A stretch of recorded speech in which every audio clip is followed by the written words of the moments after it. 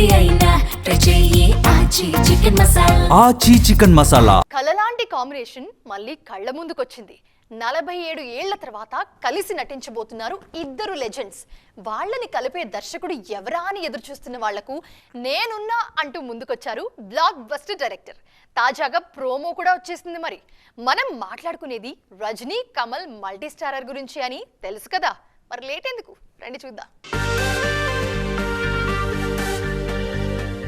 Rajinikanth, Kamal Haasan multi starrer కోసం కళ్ళు కాయలు కాచేలా వేచి చూస్తున్నారు ఫ్యాన్స్. కెరీర్ మొదట్లో కలిసి నటించిన ఇద్దరు స్టార్స్ అయ్యాక మళ్లీ మల్టీ స్టారర్ చేయలేదు ఈ లెజెండ్స్. ఎవరి సినిమాలో వాళ్లు బిజీ అయిపోయారు. ఇన్నాళ్లకు వీళ్లతో కలిపి సినిమా చేస్తున్నారు నెల్సన్.